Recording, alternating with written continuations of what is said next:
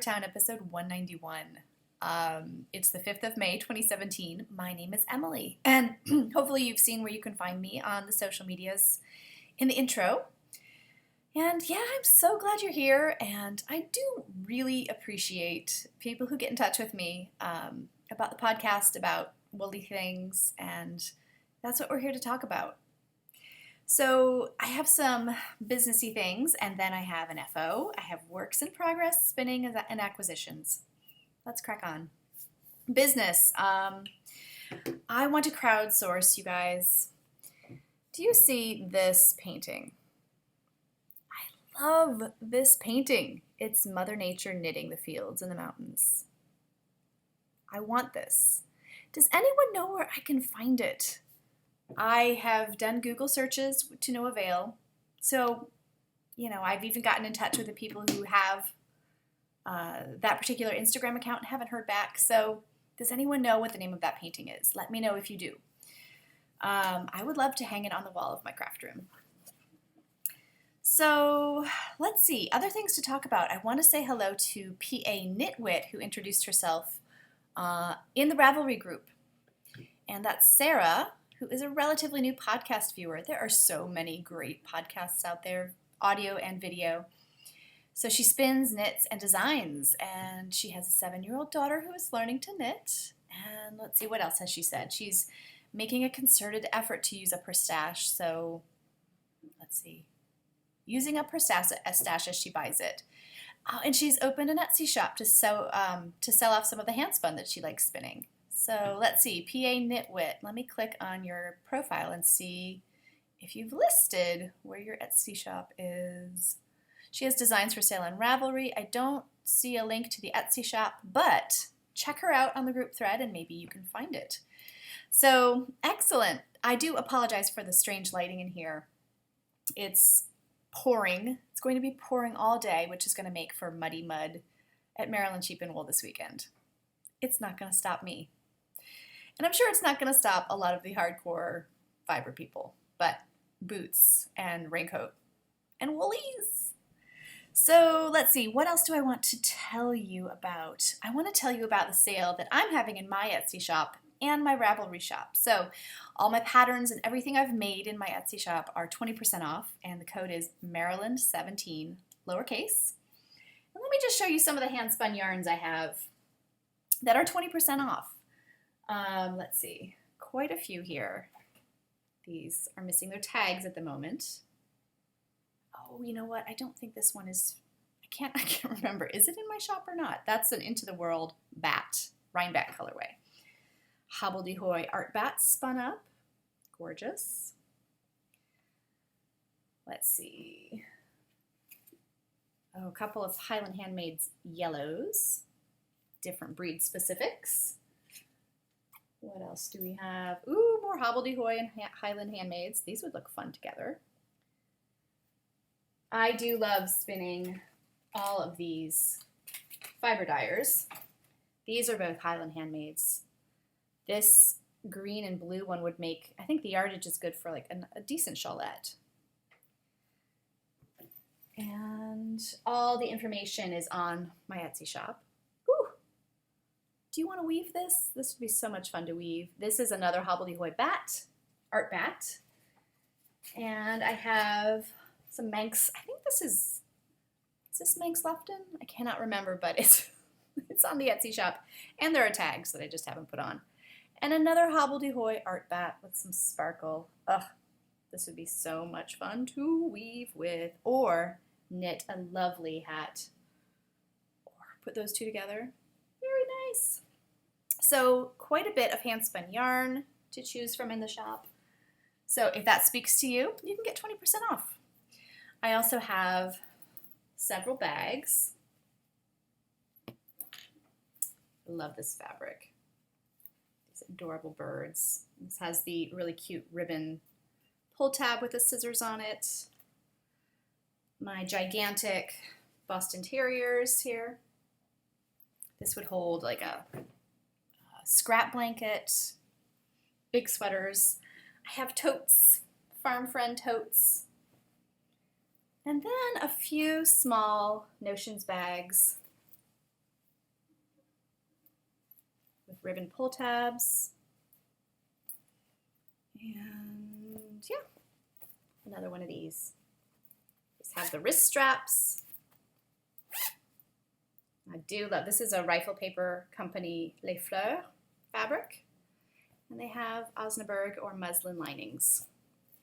So there are some silk, botanically dyed silks and a couple of, I think 1 or 2 hand-woven scarves as well.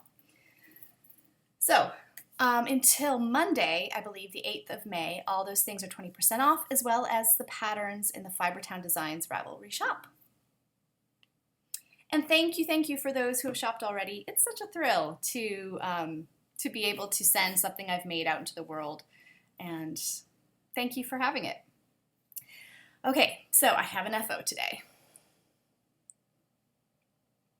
I've hopefully found a better model for my baby hat. This is a Pixie hat. It's on Ravelry by Diana Chen, I believe. The link, it's a free pattern, but the link is all of a sudden gone. It's a dead link. Like, that happened last week. So I may be one of the last people to knit this hat. I didn't knit it according to pattern. I'm really worried that it's not going to fit the baby, but it's on one of my giant yarn cakes. It'll probably look okay on the baby. And I made little I-cord ties. No dog modeling it today because it's raining. She's terrified. She's hiding. I had to force her to go outside and do her business this morning. She was fine, was just holding it. TMI, sorry. Let's move along to works in progress. So let's see. I really only have one that's active right now, and oh goodness. I'm kicking myself because it's in the middle of a row. Is it the right side at least showing? Not even. Oh my goodness. Okay, well this is the Buccaneer by Justina Lorkowska. I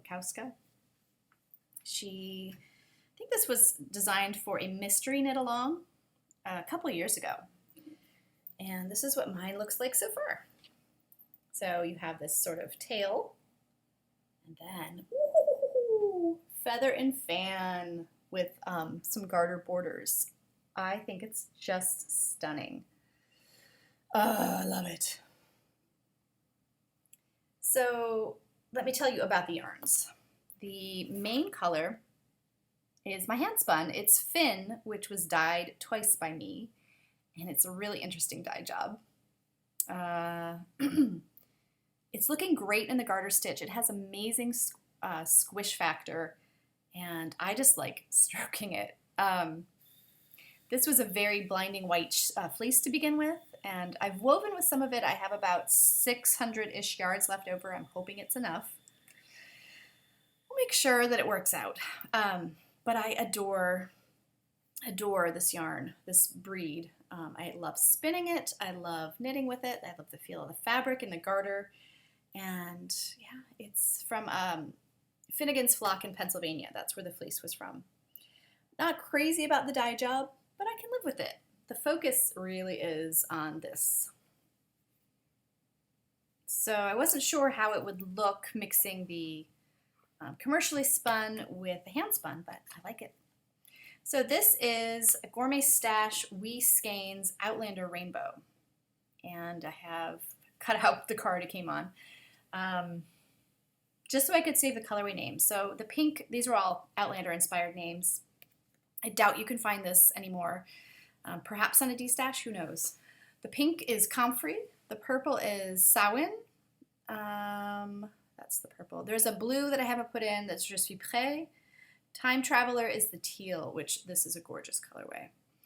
Waterweed, Wee Dram, which I adore this one, and Blood of My Blood, which is this red, which is my ideal red. Love it.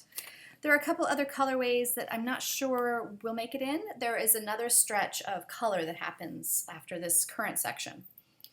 But it's a really interesting pattern. Really enjoying the knit. It's gone really fast. So in this section, there are no decreases on this side.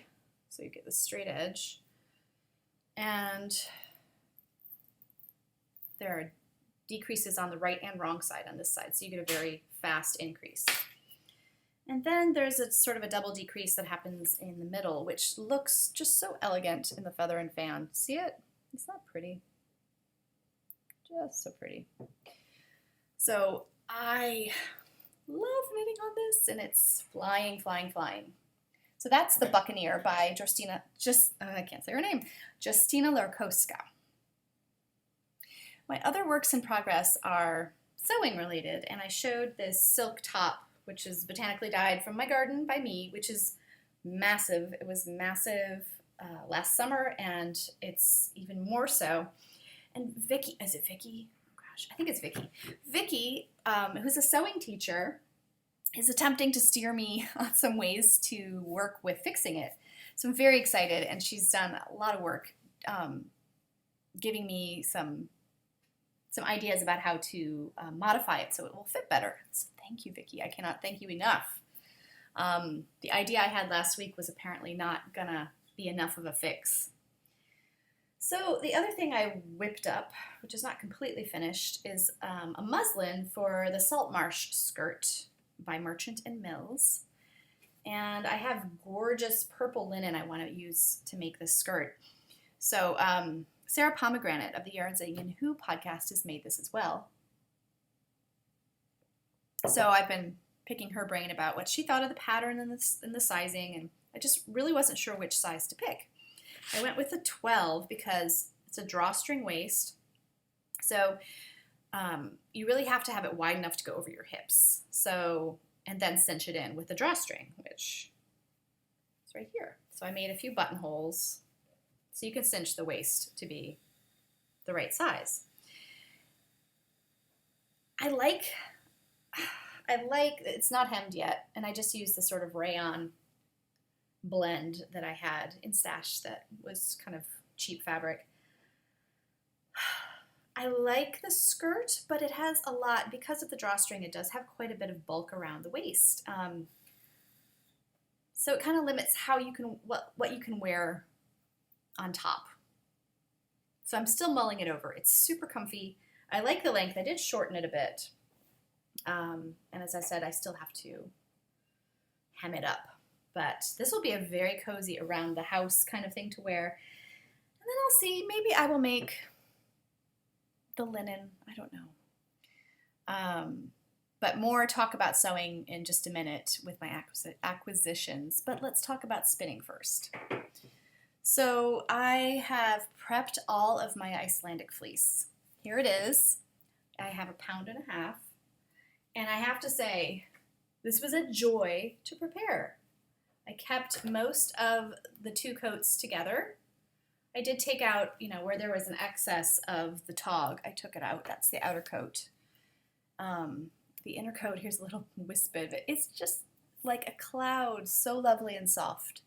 This was from a farm in New York. I don't recall the raw weight of the fleece, but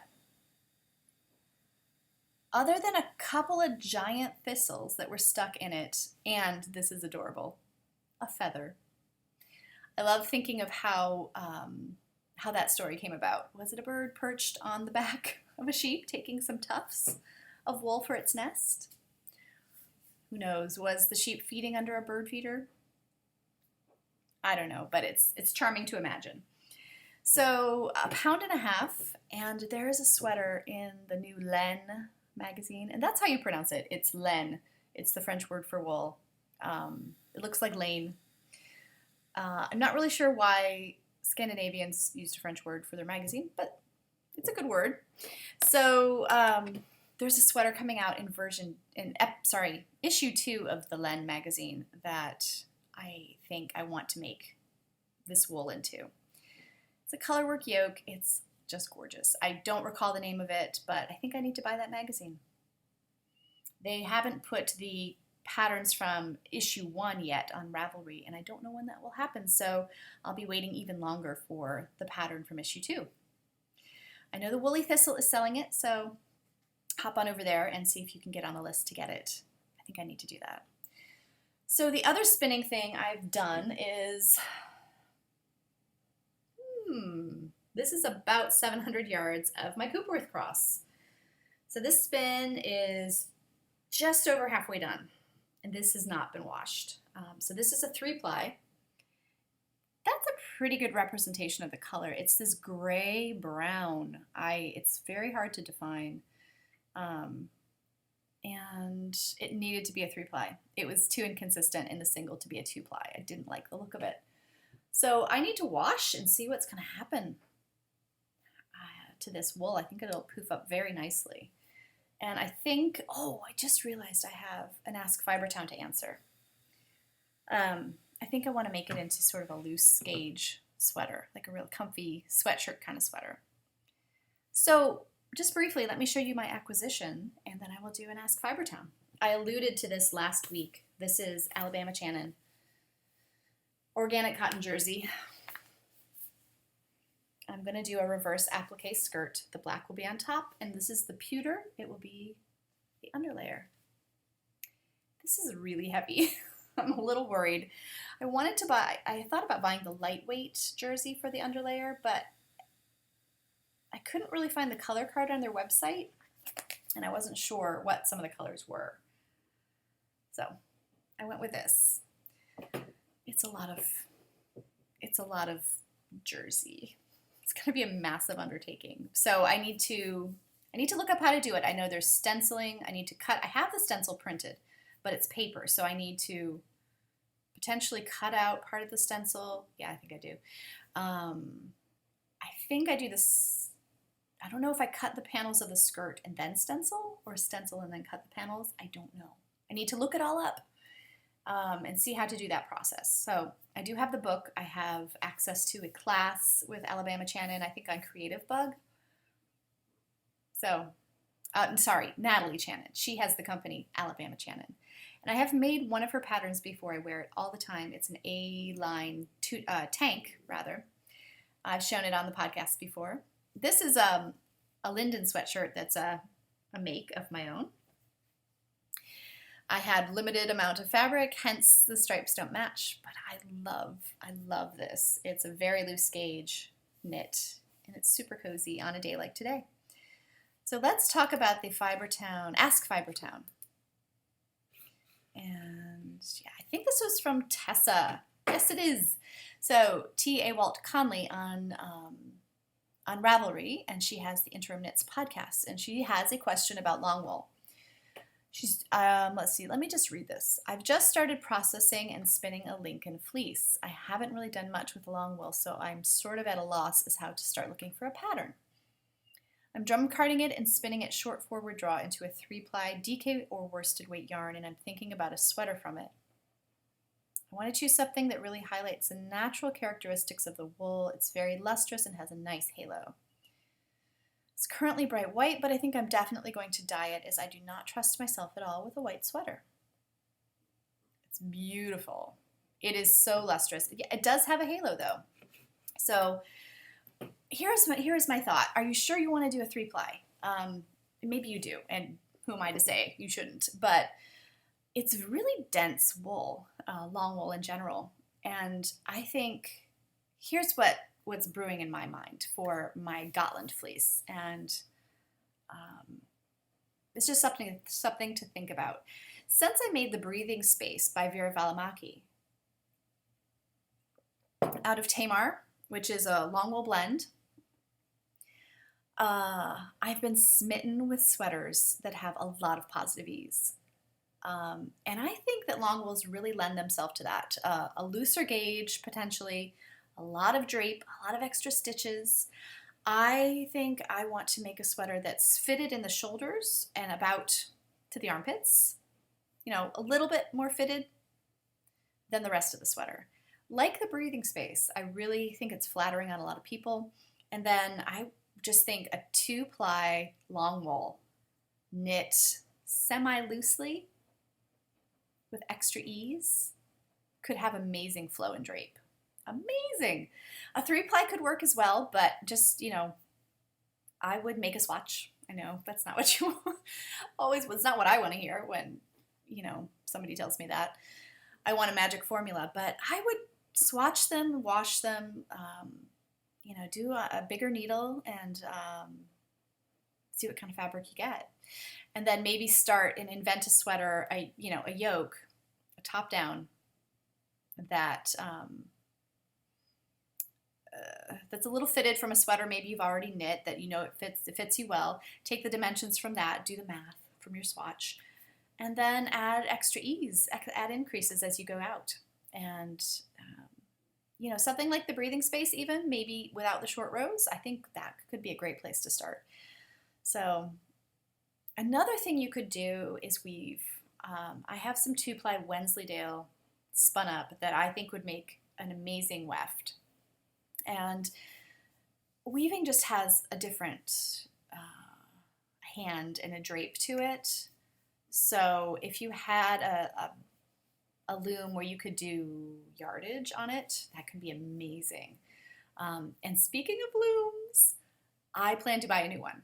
I've sold my Shacked Cricket to a friend, Sarah Flonez, and she's enjoying the heck out of it. So I'm thrilled about that. And if you haven't seen her Instagram, go and check it out. And so I want to buy a 32-inch Ashford rigid heddle. I think that's hopefully gonna be like just perfect for what I want to do.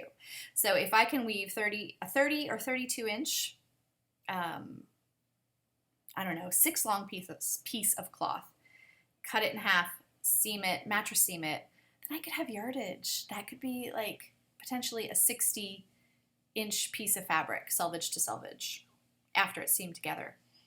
So if I could do like a top, I could do a long wool weaving, I could have enough yardage for a top out of long wool. So that could be a lot of fun. So that's in the back of my mind. I'm going to be looking for one of those looms at Maryland Sheep and Wool. I'm not sure if the exact loom I want will be there, but if it is, I'll probably buy it. I think my Lazy Kate purchase will wait to be a Christmas gift. I get one Christmas gift every year, and that might be it.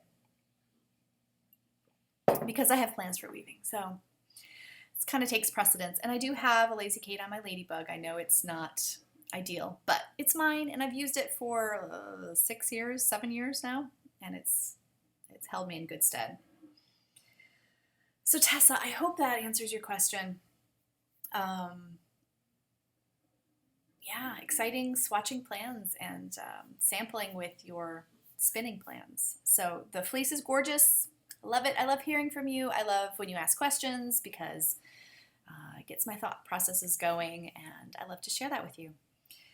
So if you are coming to Maryland Sheep and Wool this weekend, I will be there I'll be there Saturday, depending on the weather. I don't know how long they'll last, but I'll be there Saturday for sure with my husband, who usually sits in a chair in the sunshine and knits.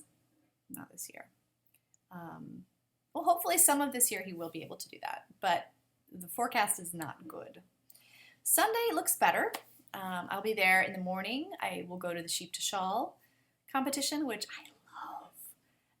And Saturday, if I'm there in the afternoon, I don't know what my plans will be vis-a-vis the auction versus the podcaster meetup. I may do both. Who knows? So if you do see me, please come and say hi. I would love to chat with you and see what you've purchased and see your face. All right, folks, so check out the sale in the Ravelry shop and the Etsy shop, and have a fantastic week. Take care.